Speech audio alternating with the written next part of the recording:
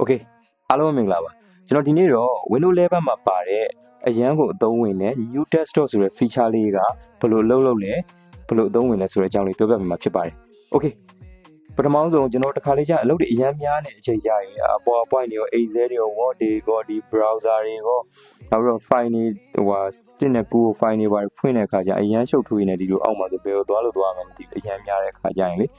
အဲ့ကြကျွန်တော်တို့အဲ့ဒါကိုဘယ်လိုမျိုးဒီ new desktop လေးနဲ့ခွဲပြီးတော့အမြင်နဲ့ရှင်းအောင်စနစ်တကျသုံးမလဲဆိုတဲ့ဟာလေးကိုကျွန်တော်ပြောပြပေးမယ် Okay ပထမဆုံးကျွန်တော်ဒီလိုရှုပ်ပွားနေပြီဆိုရင်ကျွန်တော်တို့ဒီ new desktop ဘယ်လို create လုပ်ပြီးတော့ခွဲမလဲဆိုတဲ့ဟာလေးကျွန်တော်ပြောပြပေးမယ်အဲ့တော့ပထမဆုံးအနေနဲ့ကျွန်တော်ဒီလိုရှုပ်နေပြီဆိုရင် window tab တစ်ချက်နှိပ်လိုက်မယ်နှိပ်ပြီးရင်ကျွန်တော်ဒီမှာ new desktop ဆိုတဲ့ဟာလေးရှိရ plus sign လေးပေါ့နော်အဲ့ကောင်လေးကိုကျွန်တော်တစ်ချက်နှိပ်လိုက်မယ်နှိပ်ပြီးရင် desktop 2ဖြစ်သွားပြီနောက်တစ်ချက်ထပ်နှိပ်လိုက်မယ် desktop 3အဲ့ဆိုကျွန်တော် desktop 3ခုခွဲပြီးတော့လုပ်ပြီးမယ်ပေါ့နော်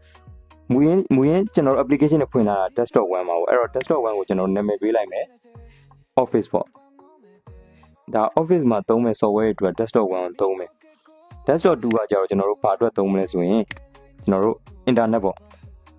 internet ဆို browser တို့ဘာလို့ desktop 2မှာထားမယ် desktop 3ကကြတော့ကျွန်တော် file ပေါ့ကျွန်တော် stick တွေပါကူးမယ်တခုခု file တွေပါရှာမယ်ဆိုရင်အဲ့ဒီ desktop မှာကြည့်မယ်အဲ့တော့ကျွန်တော်တို့ window tab နှိပ်ပြီးရင်ကျွန်တော်တို့ဒီခွဲပြီးတော့ထည့်မယ်ပေါ့နော်ခွဲပြီးထည့်မယ်ဆိုတော့ပထမကျွန်တော်တို့ office ဆိုတဲ့ဒီ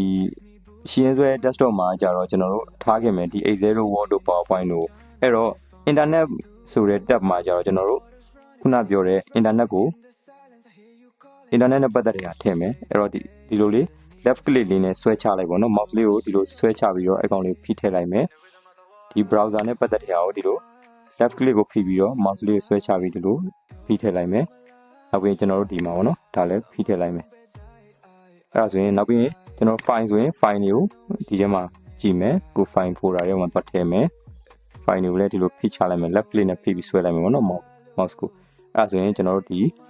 office မှာ office ပဲရှိတော့မယ် internet မှာဆိုရင်ကျွန်တော်တို့ဒီခုနဖွင့်ထားတဲ့ browser တွေရှိမယ်ပေါ့နော် browser နဲ့ကိုရှာဖွေတဲ့ဟာတွေရှိမယ်ဆိုပြီးတော့ကျွန်တော်တို့ဒီ file မှာကြတော့ခုနရှာဖွေခဲ့တဲ့ file တွေရှိမယ်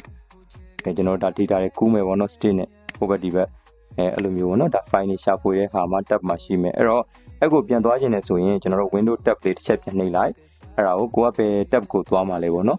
office ကိုသွားမယ်ဆိုရင်ဒါဆိုရှင်းသွားပြီ office မှာကျွန်တော် Excel လား Excel ထဲမှာ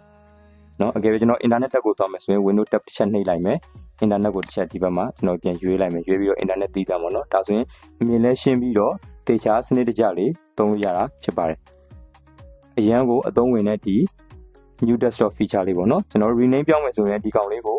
right click နှိပ်လိုက်နှိပ်ပြီးတော့ကျွန်တော် rename ဆိုတဲ့ဟာလေးရှိတယ်အဲ့မှာကိုအဆင်ပြေတဲ့နာမည်လေးပေးပေါ့နော်ကျွန်တော်ပြောသလိုဒီ office ပေးပြီး internet ပေးဒီဟာဆို file လေးနဲ့ဆိုရင်ကျွန်တော်တော်တော်အသုံးပြုလို့ရပါတယ်တော်တော်အသုံးပြုလို့လည်းအဆင်ပြေပြီးတော့လွယ်ကူကူနဲ့မြင်မြင်ရှင်းရှင်းလေးနဲ့သုံးလို့ရတယ်ကျွန်တော် file လေးလည်းမပွားနေတော့ဘူးပေါ့နော်အဲ့တော့ကျွန်တော်တို့ဒီနားမှာဒီ icon လေးပေါ့နော်ဒီ icon လေးမှာဒါဆိုရင် office ကိုသွားမယ် office မသွားရင်ကိုက internet ကိုသုံးမယ် internet ဒီ desktop ကိုသွားလိုက်မယ်အဲ့ဆိုရင်ကျွန်တော်အရှင်းဆုံးနဲ့အလင်းမြန်ဆုံးအလုပ်တွေလည်းမြန်မြန်ဆန်ဆန်လုပ်လို့ရမှာပေါ့နော်ဒီနေ့ဗီဒီယိုလေးတော့ပါပဲကျွန်တော်နောက်ထပ်လည်းဒီတက်ပိုကောင်းတဲ့ဗီဒီယိုလေးတွေ create လုပ်မှာဖြစ်တဲ့အတွက်ကျွန်တော်စောင့်ကြည့်ပေးသေးလို့ပါတယ်အားလုံးကျေးဇူးအများကြီးတင်ပါတယ်